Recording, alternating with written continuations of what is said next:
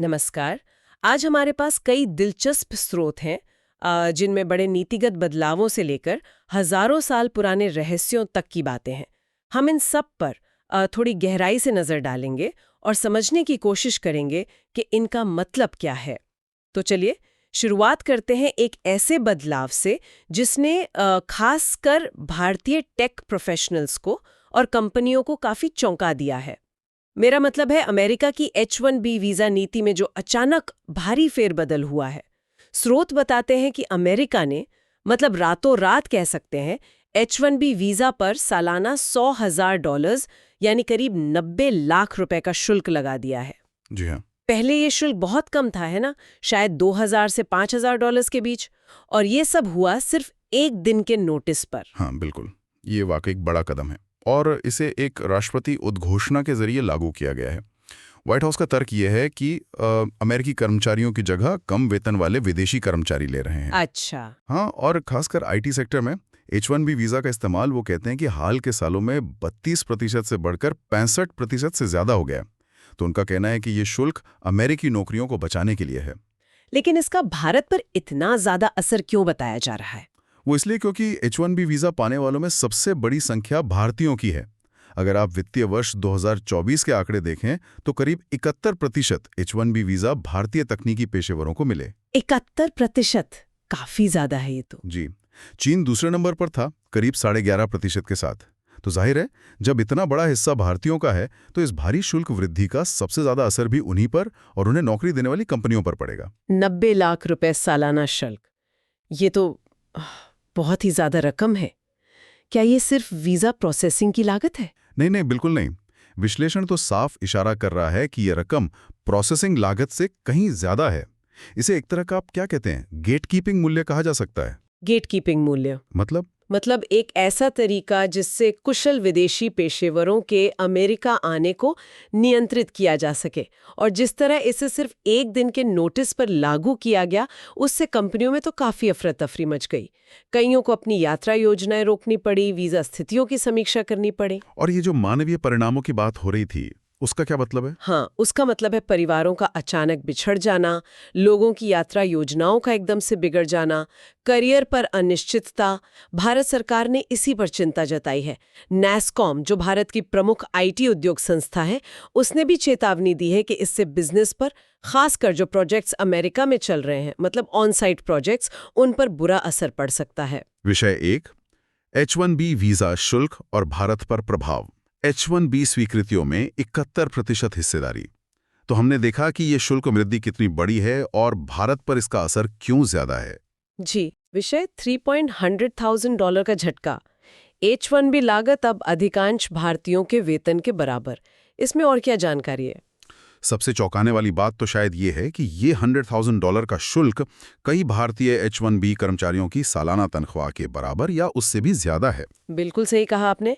आंकड़े यही बताते हैं कि वित्त वर्ष 2024 में करीब 60% भारतीय H-1B कर्मचारियों का वेतन $100,000 से कम था। 60%? हाँ, इनमें से लगभग 12% तो $75,000 से भी कम कमा रहे थे, और करीब 47% थे $75,000 से $100,000 के बीच।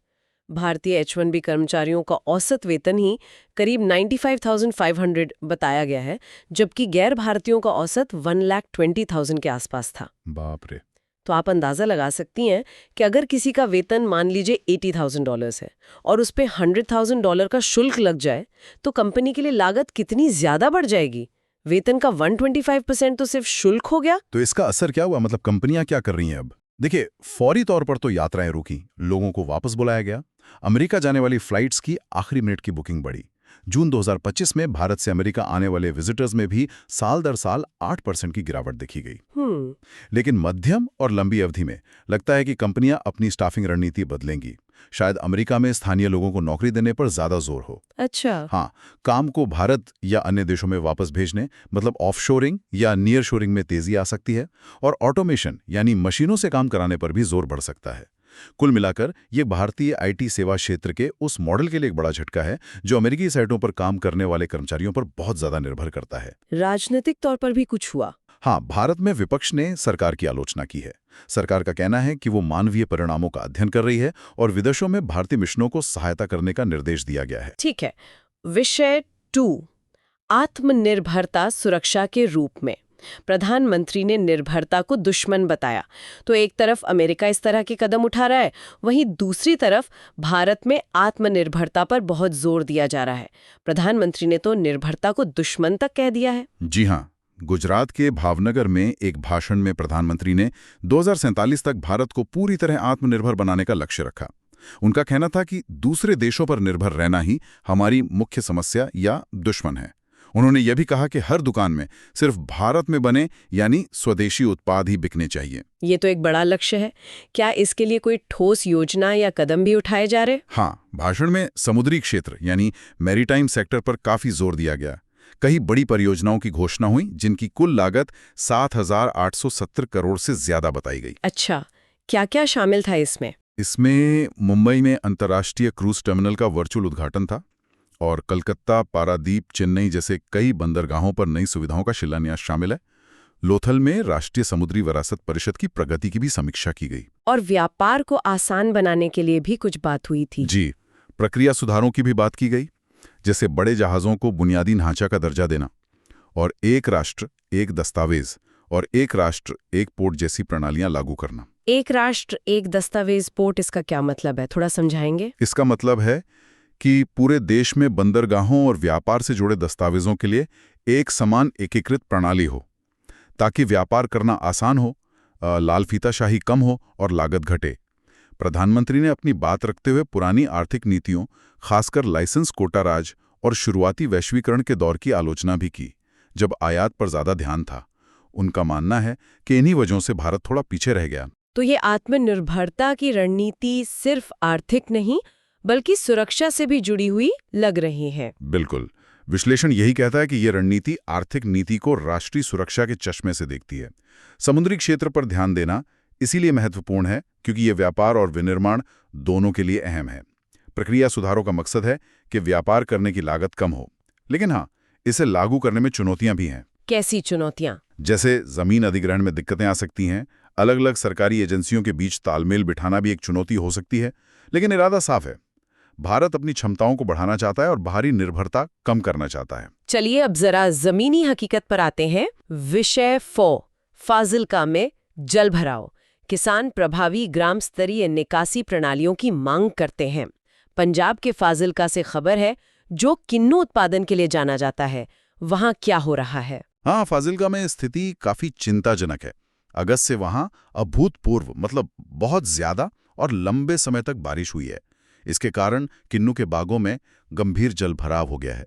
कई जगहों पर बाग 2-3 फीट पानी में डूबे हुए हैं। ओह, 2-3 फीट पानी, ये तो बहुत ज्यादा है। और इससे भी ज्यादा चिंता की बात यह है कि वहां का भूजल खारा है। वो आमतौर पर 9-10 फुट नीचे होता है, लेकिन कुछ जगहों पर पानी का स्तर बढ़कर सिर्फ 3 फीट नीचे रह गया है। तो इससे क्या हो रहा है? इससे किन्नू के पेड़ों की जड़ें सड़ रही हैं, फल गिर रहे हैं, पेड़ मुरझा रहे हैं। किसानों का कहना है कि उन्होंने अपने 17 साल पुराने बागों में भी ऐसा जल भराव पहले कभी नहीं देखा। उनकी सबसे बड़ी चिंता क्या है? सबसे बड़ी चिंता यह है कि अगर पेड़ मर गए तो नए बाग लगाने में भारी निवेश लगेगा और नए पेड़ों को फल देने में 7-8 साल लग जाएंगे। ये उनके लिए एक बहुत बड़ा आर्थिक झटका होगा। तो किसान क्या मांग कर रहे हैं? उनकी मुख्य मांगें हैं कि सरकार नुकसान का सही आकलन करे, उन्हें मुआवजा और राहत दे और सबसे जरूरी अतिरिक्त पानी को निकालने के लिए प्रभावी जल निकासी प्रणालियां बनाई जाएं। वो गांव की नालियों के रखरखाव में कमी और दरारों की समस्याओं की तरफ भी इशारा कर रहे हैं। कृषि विशेषज्ञ भी कह रहे हैं कि ये दोहरा तनाव है, जल भराव और खारापन, ये मिलकर जड़ों को गंभीर नुकसान पहुंचा रहे हैं। तो ये सिर्फ तत्काल राहत का मामला नहीं है, बल्कि लंबे समय के लिए बुनियादी ढांचे में सुधार की जरूरत है ना? बिल्कुल, प्रभावी जल निकासी के बिना किन्नू की खेती के लिए ये खतरा बना रहेगा और जलवायु परिवर्तन के कारण ऐसी अत्यधिक बारिश की घटनाएं शायद और बढ़ सकती हैं। अब थोड़ा अंतर्राष्ट्रीय परिदृश्य देखते हैं। विषय 5, सऊदी पाकिस्तान रक्षा समझौता, रियाद की नई सुरक्षा रणनीति। सऊदी अरब और पाकिस्तान के बीच एक रक्षा समझौते की बात है। या सऊदी अरब और पाकिस्तान ने एक आपसी रक्षा समझौते को औपचारिक रूप दिया है। उनके बीच दशकों से अनौपचारिक सैन्य सहयोग तो था ही, अब उसे एक संधि जैसे ढांचे में बदला गया है। इस समझौते में क्या खास है? इसमें एक बहुत महत्वपूर्ण खंड है, किसी भी देश के खिलाफ कोई भी आक्रमणता दोनों के खिलाफ आक्रमणता मानी जाएगी। ये काफी मजबूत बयान है। इसके तहत एक स्थायी समन्वय संरचना, संयुक्त सैन्य समिति, इंटेलिजेंस शेयरिंग और ट्रेनिंग प्रोग्राम भी स्थापित किए जाएंगे।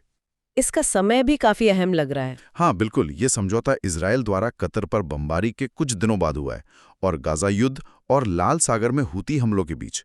ये दिखलाता है कि सऊदी अरब अपनी सुरक्षा के लिए अब सिर्फ अमेरिका पर ही निर्भर नहीं रहना चाहता, वो दूसरे भागीदारों की तरफ भी देख रहा है। इसे हेजिंग रणनीति कह सकते हैं। तो सऊदी अरब का मकसद क्या है इससे? मकसद है सुरक्षा भागीदारों में विविधता लाना, ईरान से संभावित खतरों के खिलाफ अपने महत्वपूर्ण इंफ्रास्ट्रक्चर को मजबूत करना और इस क्षेत्र की कूटनीति में अपनी स्थिति मजबूत करना। और पाकिस्तान को इससे क्या फायदा है? पाकिस्तान को इससे रणनीतिक प्रासंगिकता मिलती है और शायद आर्थिक सहायता भी। पाकिस्तानी सैनिक तो पहले से ही सऊदी अरब में तैनात हैं।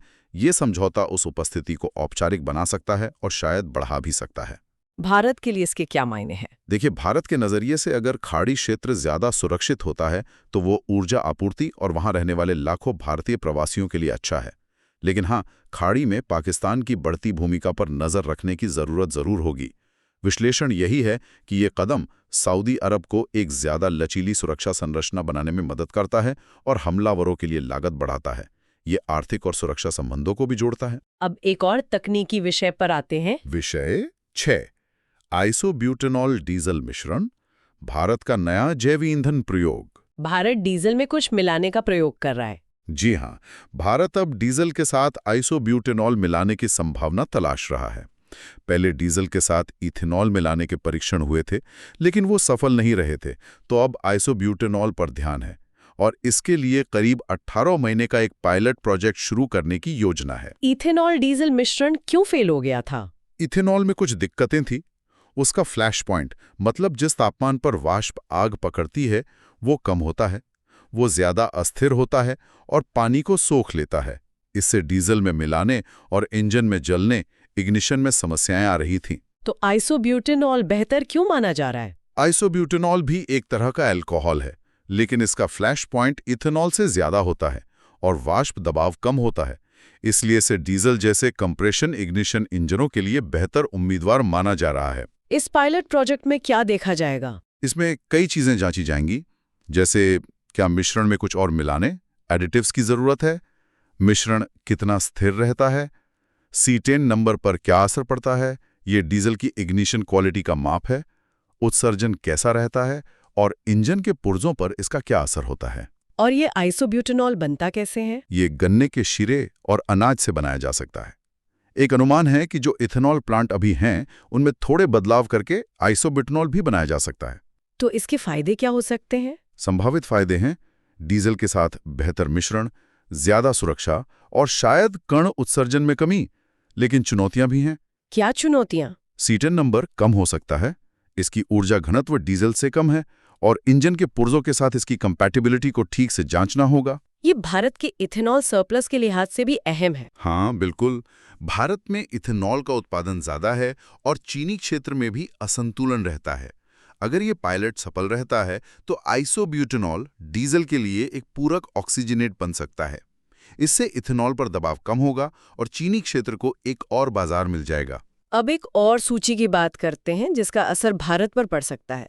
विषय 7, अमेरिका की प्रमुख दवा स्रोत सूची और भारत। अमेरिका ने कोई लिस्ट जारी की है। जी, अमेरिका ने अपनी मेजर लिस्ट जारी की है।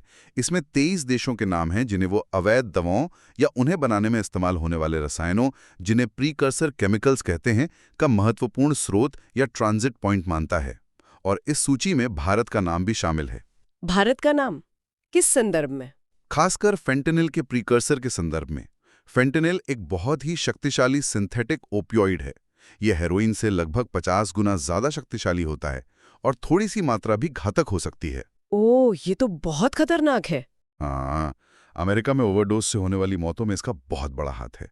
अगस्त 2023 से अगस्त 2024 के बीच 57,000 से ज्यादा मौतें हुई, जिनमें ज्यादातर फेंटानिल शामिल था। तो भारत और चीन का नाम इसमें क्यों है? क्योंकि भारत और चीन में बहुत बड़े कानूनी रसायन उद्योग हैं। फेंटानिल बनाने के लिए जो जरूरी प्रीकर्सर रसायन हैं, जैसे NPP और 4-ANPP, उनके वैध उपयोग भी हैं दवाइयों वगैरह में। इससे इनका नियंत्रण मुश्किल हो जाता है। खतरा यह है कि कानूनी तौर पर बने रसायन अगर निगरानी ठीक ना हो तो अवैध चैनलों में चले जाते हैं। ये सप्लाई चेन कैसे काम करती है? होता यह है कि चीन और भारत जैसे देशों में प्रीकर्सर बनते हैं, फिर मेक्सिको में ड्रग कार्टेल इन्हें फेंटानिल पाउडर में बदलते हैं और फिर इसे नकली गोलियों के रूप में या दूसरी नशीली दवाओं में मिलाकर अमेरिका में तस्करी की जाती है। अमेरिका ने इस पर क्या प्रतिक्रिया दी है? अमेरिका ने सख्त कदम उठाए हैं, कंपनियों और अधिकारियों पर आपराधिक मुकदमे चलाए हैं, व्यापार दंड लगाए हैं।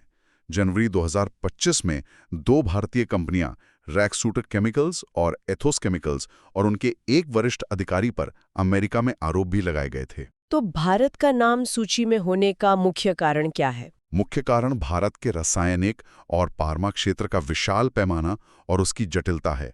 इससे गलत हाथों में जाने, डाइवर्जन के अवसर पैदा होते हैं। भारत के लिए इसके क्या नीतिगत मायने हैं? इसके मायने हैं कि भारत को प्रीकर्सर रसायन खरीदने वालों के लिए केवाईसी और उनके अंतिम उपयोग के सत्यापन को और सख्त करना होगा, निगरानी बढ़ानी होगी और अंतर्राष्ट्रीय सहयोग को भी मजबूत करना होगा। चलिए अब स्वास्थ्य से जुड़े एक और विषय पर आते हैं। विषय 8, केरल में अमीबिक मेनिंगो एन्सेफेलाइटिस AME। केरल से AME के मामलों की खबरें आ रही हैं। जी, केरल में 2023 में निपाह का प्रकोप हुआ था।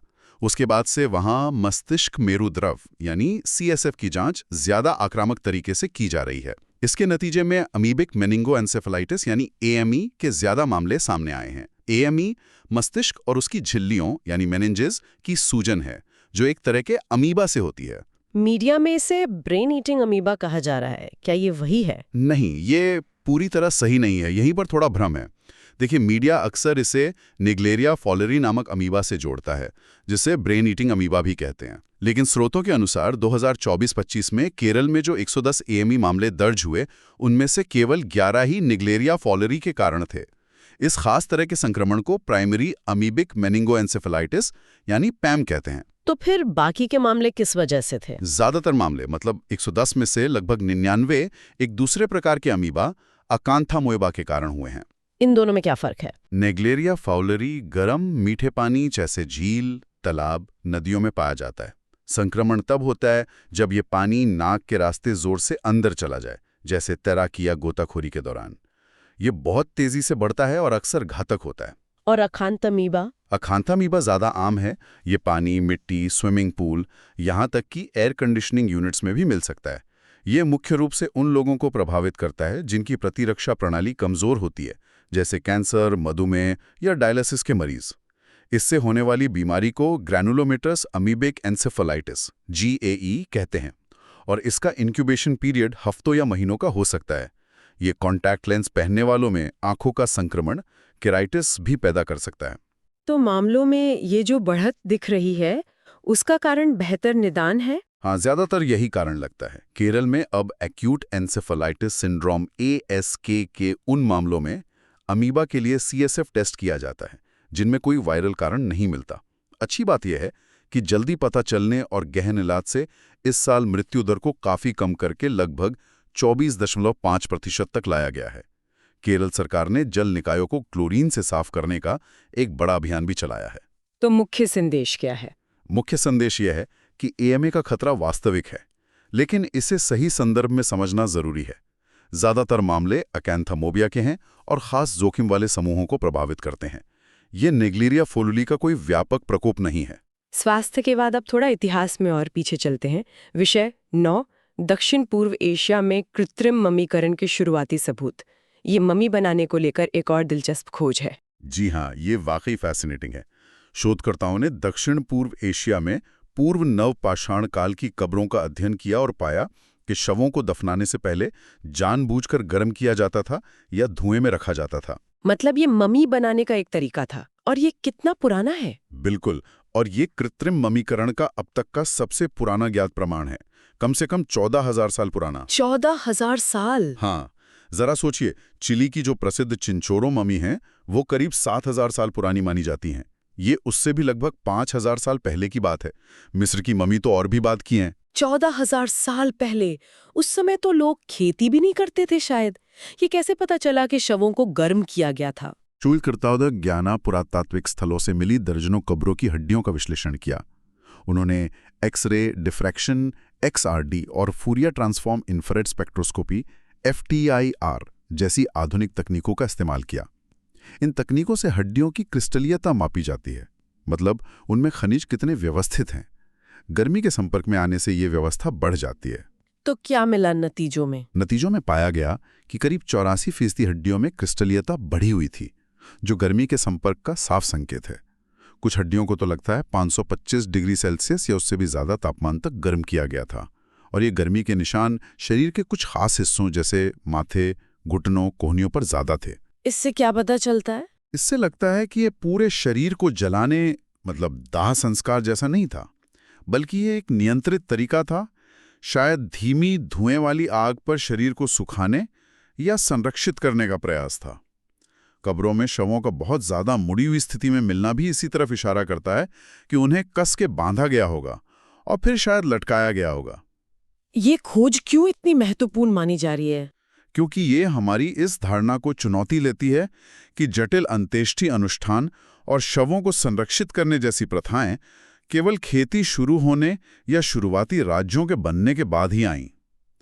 ये दिखाता है कि शिकार करके और कंदमूल इकट्ठा करके गुजारा करने वाले समाज भी हजारों साल पहले मृत्यु और शवों को लेकर काफी जटिल सोच और रीति रिवाज रखते थे। ये मानव व्यवहार और हमारे पूर्वजों के रीति रिवाज वाले जीवन की समझ को गहरा करता है। वाकई कमाल की खोज है। अब आते हैं आज के दौर में अनुसंधान पर। विषय 10, ICMR का impact of research and innovation scale iris. ICMR कोई नया पैमाना ला रहा है? जी हाँ, भारतीय चिकित्सा अनुसंधान परिषद यानी ICMR ने आइरिस नाम का एक नया पैमाना प्रस्तावित किया है। इसका मकसद है कि ICMR जिन बायोमेडिकल, पब्लिक हेल्थ और उससे जुड़े रिसर्च को फंड करता है, उनके प्रभाव को मापने का एक स्टैंडर्डाइज्ड तरीका हो। ये कैसे काम करेगा? ये प्रकाशन समतुल्य यानी पब्लिकेशन इक्विवेलेंस PEs का इस्तेमाल करता है। जैसे एक पीयर रिव्यू जर्नल पेपर को 1 PE मिलेगा। अच्छा। अगर कोई रिसर्च पेपर सीधे किसी नीति या गाइडलाइन बनाने में काम आता है तो उसे 10 PE मिलेंगे। एक पब्लिक हेल्थ पॉलिसी को शायद 5 PE मिले।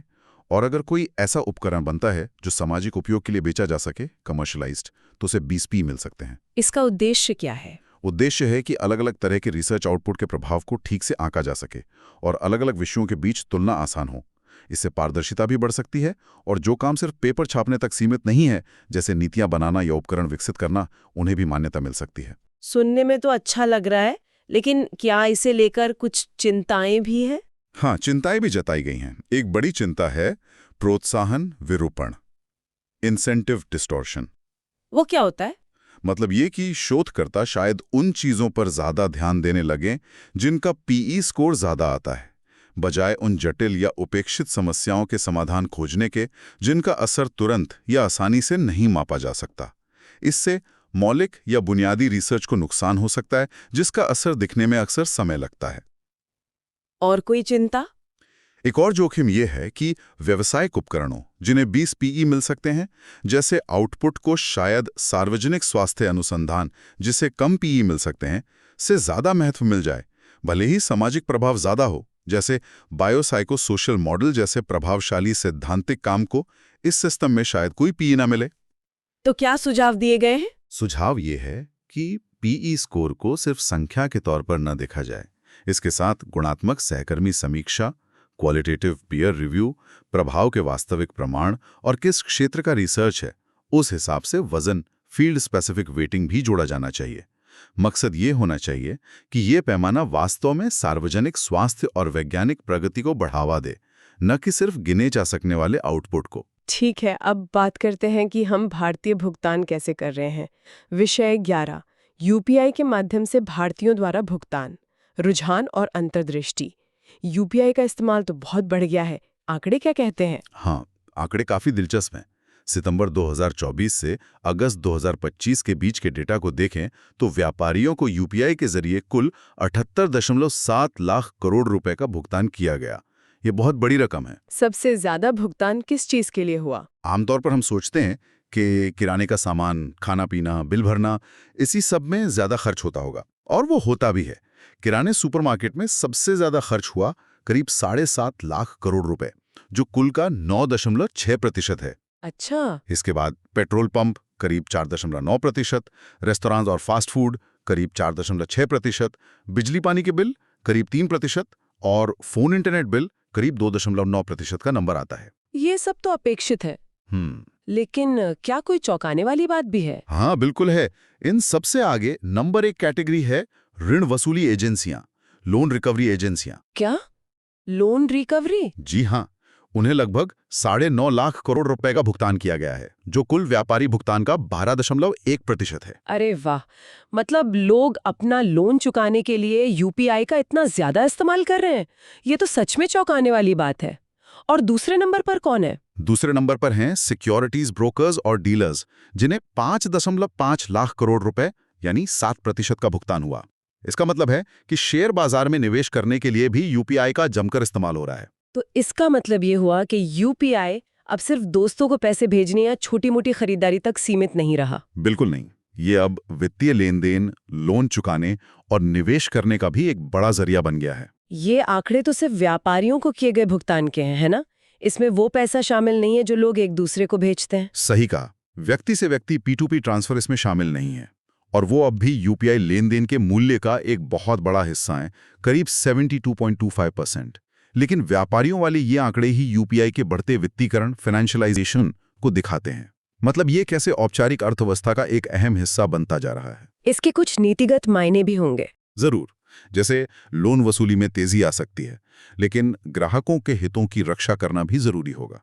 शेयर बाजार में तुरंत पैसा ट्रांसफर होने से छोटे निवेशकों के लिए मौके बढ़ते हैं, पर धोखाधड़ी रोकने के उपाय भी करने होंगे। और आगे चलकर यूपीआई क्रेडिट जैसी सुविधाएं आएंगी तो वित्तीय लेन देन का हिस्सा और बढ़ सकता है।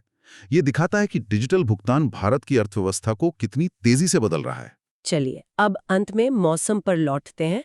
विषय 12, अल नीनो और भारत में वर्षा पैटर्न, एक विरोधाभासी प्रभाव। अल नीनो को लेकर कुछ नई समझ बनी है। हम तो यही सुनते आए हैं कि अल नीनो मतलब भारत में मानसून कमजोर और सूखा। हाँ, आमतौर पे यही माना जाता है।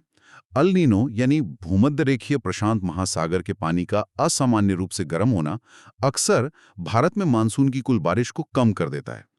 लेकिन 1901 से 2020 तक के यानी 120 सालों के दैनिक वर्षा के आंकड़ों का एक विस्तृत विश्लेषण कुछ और ही, बल्कि कहें तो विरोधाभासी कहानी कहता है। विरोधाभासी? क्या कहता है विश्लेषण? विश्लेषण बताता है कि अल नीनो वाले सालों में भले ही कुल मिलाकर बारिश कम हो, लेकिन मध्य और दक्षिण पश्चिमी भारत के कुछ हिस्सों में जो वैसे भी ज्यादा बारिश वाले इलाके हैं, वहां अत्यधिक भारी बारिश की घटनाएं वास्तव में और ज्यादा तीव्र हो जाती हैं। मतलब औसत सूखा लेकिन चरम पर गीला। ये तो बड़ा अजीब है। बिल्कुल, इसे औसतन सूखा लेकिन चरम पर गीला पैटर्न कहा जा रहा है। होता यह है कि अल नीनो के दौरान हवा के बहाव में जो बदलाव आते हैं, वो मानसून को बनाने वाले व्यापक बादलों को तो दबा सकते हैं, जिससे कम या मध्यम बारिश वाले दिन घट जाते हैं। लेकिन यही बदलाव कुछ खास इलाकों में नमी को केंद्रित भी कर सकते हैं। नतीजा, जब बारिश होती है तो वो बहुत कम समय में बहुत ज्यादा और विनाशकारी हो सकती है। और क्योंकि अल नीनो के समय तापमान भी ज्यादा होता है, तो हवा में नमी धारण करने की क्षमता भी बढ़ जाती है, जो इस तरह की भारी बारिश में योगदान देती है। इसके नतीजे को काफी गंभीर हो सकते हैं, खासकर किसानों और शहरों के लिए। निश्चित रूप से किसानों को एक ही मौसम में सूखे और अचानक आने वाली बाढ़ दोनों के लिए तैयार रहना पड़ सकता है। शहरों में जो पानी की निकासी के सिस्टम है, उन्हें सिर्फ औसत बारिश के हिसाब से नहीं, बल्कि ऐसी अचानक होने वाली अत्यधिक भारी बारिश की घटनाओं को ध्यान में रखकर डिजाइन करने की जरूरत होगी। आपदा प्रबंधन एजेंसियों को भी सिर्फ सूखे की चेतावनी नहीं, बल्कि अचानक बाढ़ की चेतावनी पर भी उतना ही ध्यान देना होगा। तो मतलब ये हुआ कि अल नीनो की तैयारी करते समय सिर्फ सूखे से निपटने के बारे में सोचना काफी नहीं है ना? बिल्कुल, ये सोच कि सूखा है तो बाढ़ का खतरा नहीं, गलत साबित हो सकती है। असली चुनौती सूखे की लंबी अवधि और अचानक आने वाली तीव्र बारिश दोनों से एक साथ निपटने की क्षमता विकसित करने में है। ये जलवायु परिवर्तन के दौर में मौसम के बदलते मिजाज को समझने और उसके अनुकूल ढलने की हमारी चुनौती को और जटिल बना देता है। तो आज हमने कई अलग अलग विषयों पर नजर डाली। हमने देखा कि कैसे अमेरिका की वीजा नीति भारतीय पेशेवरों के लिए नई चुनौतियां खड़ी कर रही है, जबकि भारत खुद आत्मनिर्भर बनने की राह पर जोर दे रहा है। हमने ये भी देखा कि कैसे फाजिल्का के किसान मौसम की मार झेल रहे हैं, कैसे सऊदी अरब और पाकिस्तान करीब आ रहे हैं, और कैसे भारत नए जैव ईंधन विकल्पों पर काम कर रहा है। जी हाँ, और हमने ये भी जाना कि कैसे अमेरिका ड्रग्स के प्रिकर्सर को लेकर चिंतित है। केरल में अमीबा संक्रमण का सच क्या है और कैसे हजारों साल पहले भी इंसान शवों को संरक्षित करने के जटिल तरीके जानता था। और साथ ही रिसर्च के प्रभाव को मापने के नए तरीकों और यूपीआई के जरिए बदलते भुगतान पैटर्न पर भी बात की। और अंत में अल नीनो का ये चौंकाने वाला दोहरा रूप भी समझा। जी, ये सारी बातें दिखाती हैं कि दुनिया कितनी तेजी से और कितने अलग-अलग स्तरों पर बदल रही है। चाहे वो नीतियां हो, तकनीक हो, स्वास्थ्य हो, इतिहास की हमारी समझ हो या फिर खुद जलवायु। और ये हमें सोचने पर मजबूर करता है। हाँ, बिल्कुल, कि जिस रफ्तार से ये सब बदल रहा है, क्या हम समाज के तौर पर उसी रफ्तार से खुद को ढाल पा रहे हैं? क्या हम भविष्य की इन अनिश्चितताओं का सामना करने के लिए वाकई तैयार हैं?